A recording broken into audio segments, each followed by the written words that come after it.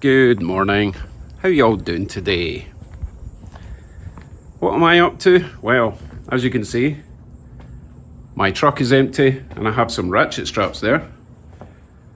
I have my engine hoist ready for assembly. This can mean only one thing. I am picking up my Super 7 engine and transmission.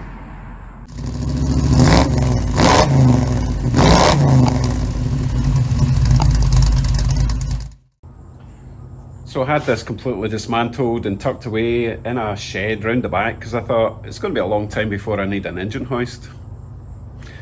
As luck would have it, I need it today. So hopefully I'll remember how to reassemble this. And then I need to prep the frame also, because once I get this engine and transmission, there's going to be nowhere to keep it other than where it's going to live. So a couple of things to do. I do have a couple of hours to kill, so let me quickly throw that together and I'll see you in a sec.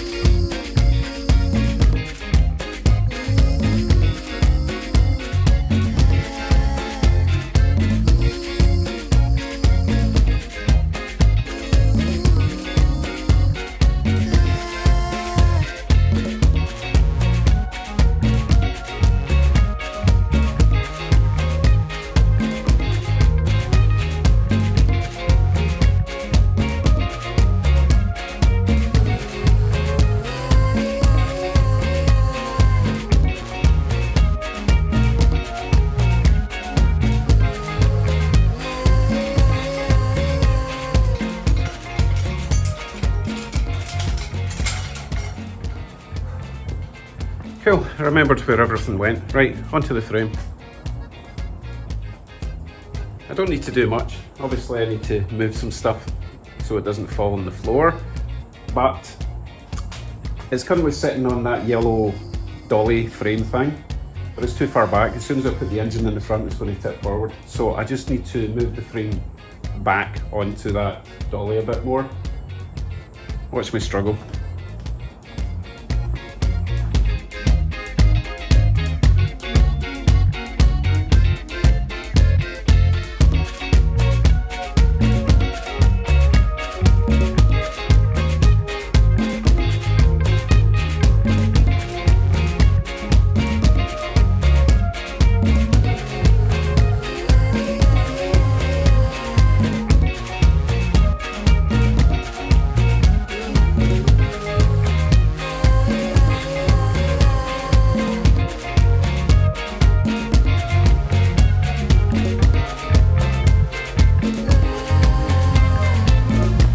Lightweight frame, my arse.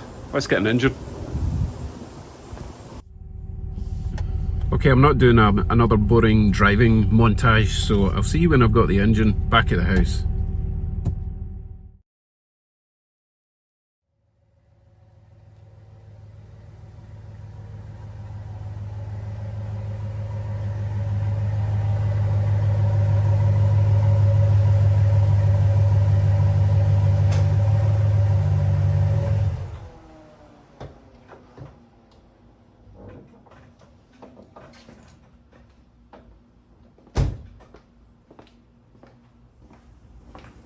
So what did I get? Well, keeping with the lightweight theme of the Super 7 build, excuse me, I decided to go for a very small engine. A 1.3 to be precise. You still don't know? Okay, let me show you.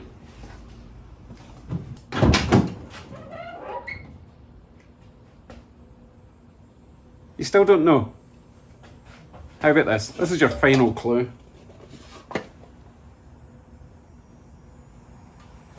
Now you get it. You don't get it?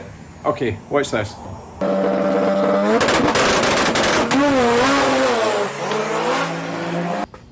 This is a Mazda 1.3 twin rotor turboed engine.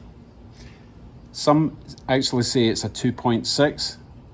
depending on how you calculate the displacement. But it's plenty powerful, as you've probably noticed by these video clips. It is also plenty small. That is the engine. This is the turbo, intake manifold, etc, etc. But the engine itself is tiny. Without the turbo and manifold all connected, you can basically lift the entire engine by itself. It's sitting up on a tyre. The sump is very shallow and it will fit very nicely in that hole with room to spare. T3 or T4 turbo, not exactly sure what the stock turbo is. And I do know that I'm going to have to give it a bit of a service because there's a bit of play in this bearing here. Tiny bit of play, but it shouldn't cost much to get a rebuild kit for that. It's got the intake side, it's got the hot side. Obviously I need to work out exhaust. Oh, long way in the future. And it comes with this little top mount intercooler, which I may or may not use. Also in this fantastic package deal I got from Kevin, thank you very much Kevin, I have a Turbo 2 rear differential, Turbo 2 rear half shafts, and I think it's a 5-speed manual transmission. And there's something else.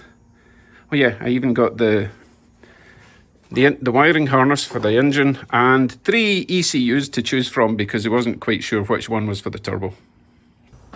Power wise, I believe the Turbo 2 engine kicks out about 170 horsepower. It's pretty easy to tune that up to 200, I think. And bearing in mind, the Super 7 build is going to weigh almost half as much as your average sports car. You're talking nearly 400 brake per ton kind of deal. Maybe 350, something like that. Plenty powerful enough. I think I would certainly leave it stock for a while till I get used to the whole rotary turbo experience, shall we say. So I know very little about the rotary engine. I know enough to be dangerous, very dangerous. So I will be seeking help and advice. I don't even know what kind of turbo that it comes with. As I say, I was guessing at T3, T4, but I don't actually know what that even means. I don't know if it's a Garrett or anything. So it's all going to be brand new to me to learn all this. I will of course do a compression test on the rotors to make sure that we've got compression in each area. If you don't know what a rotary engine looks like, this will be quite interesting for you because I will be doing diagrams and I might even break the engine down and show you the internals to make sure everything's functioning properly. That's depending on the results of the compression test. So for now, I need to get the engine off the truck, the transmission off, sit it in the frame for now because I don't have any other space in the garage to keep it. It needs to go on the frame.